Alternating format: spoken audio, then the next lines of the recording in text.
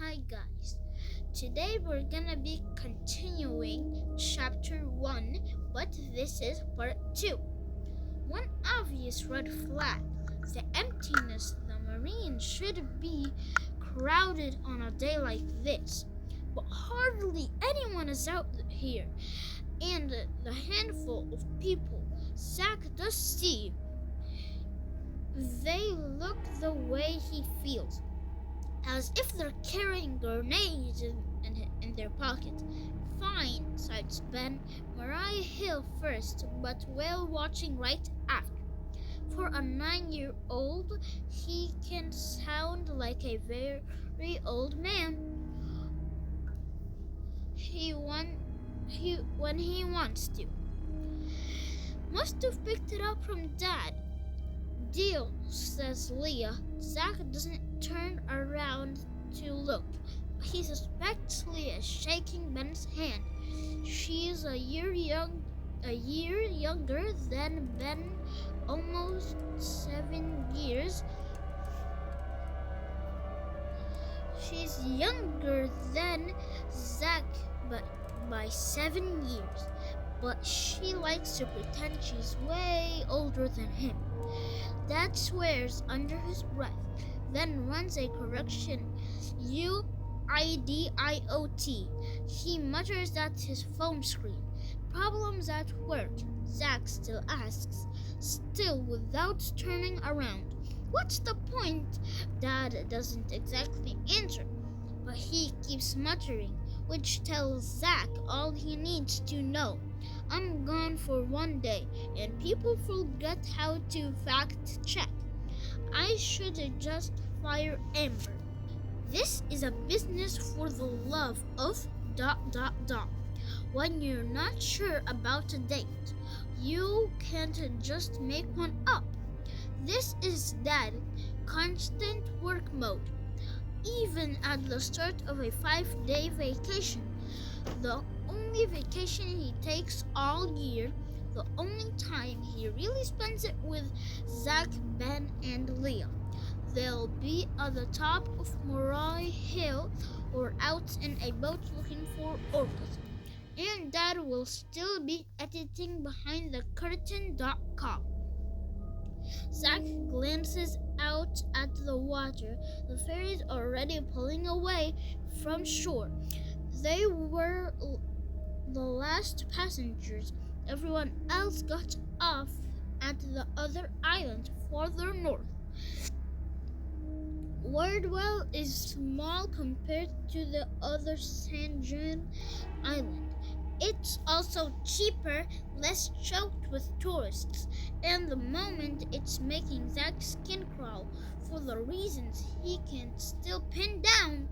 The B&B is a gorgeous 2-story Victorian house.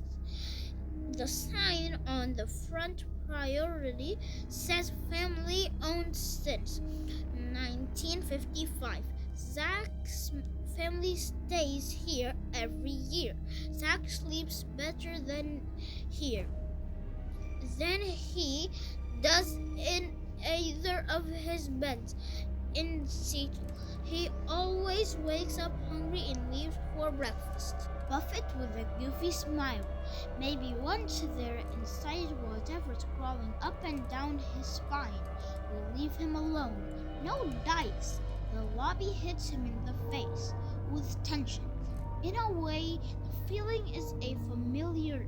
It reminds him of times before his parents' divorce, moments when they wanted to argue but didn't. And yet, this ruin runs deeper than anything he used to. Bigger than the feelings of a few people.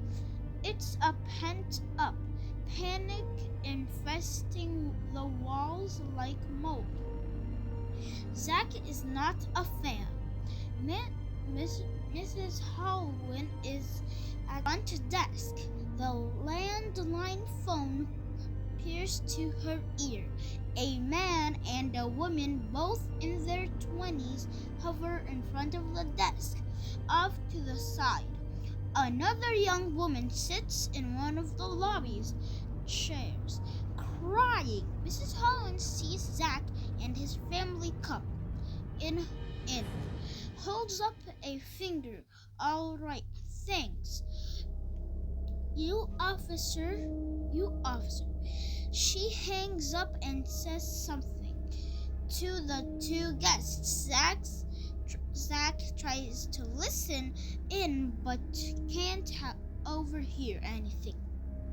The man and woman both nod, jaws clenched. They thank Mrs. Holland and turn to the woman in the chair. Come on, Steph, the guy says to her. Nothing we can do right now, except wait.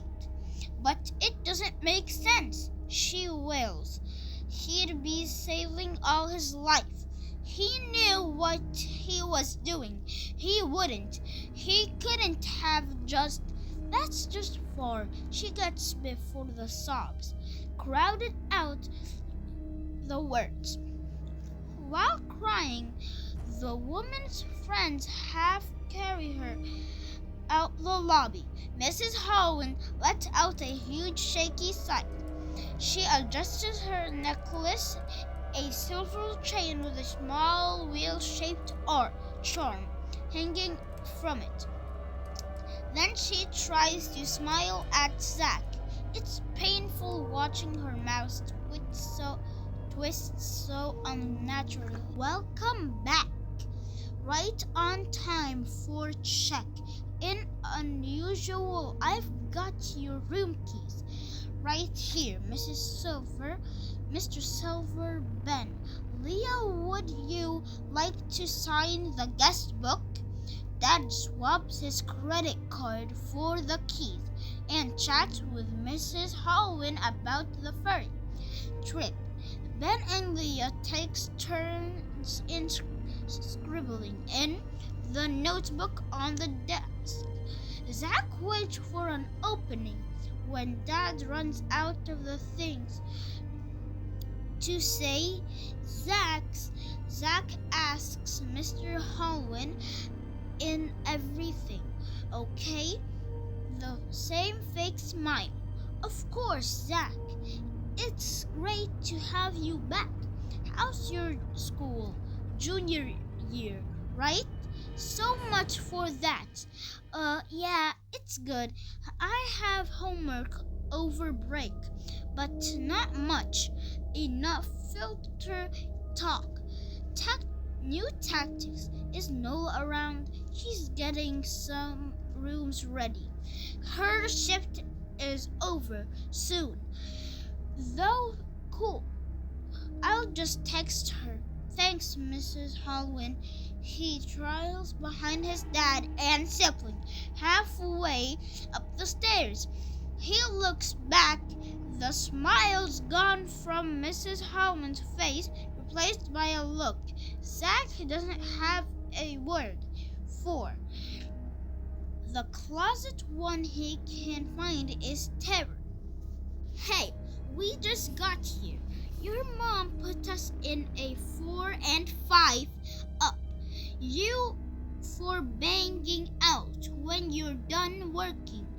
Zack fires off the next trip to Nola, then starts unpacking.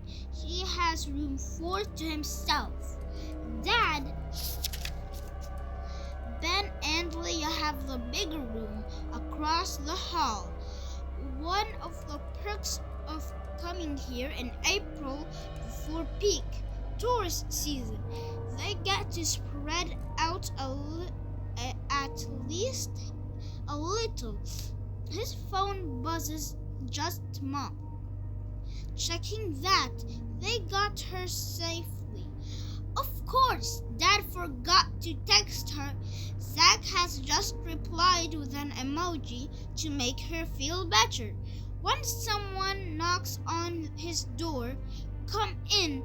By the time Zack looks up from his phone, Nola shutting the door behind her. Hey, Zack. Hey, you look awful. They've known each other since they were 6, so she won't take that comment the wrong way. She'll know he's not insulting her new super short haircut or the toasty Wardwell Ivan t-shirt she wears while just she's on duty. The B&B she'll knows. He just means that her expression. What's wrong?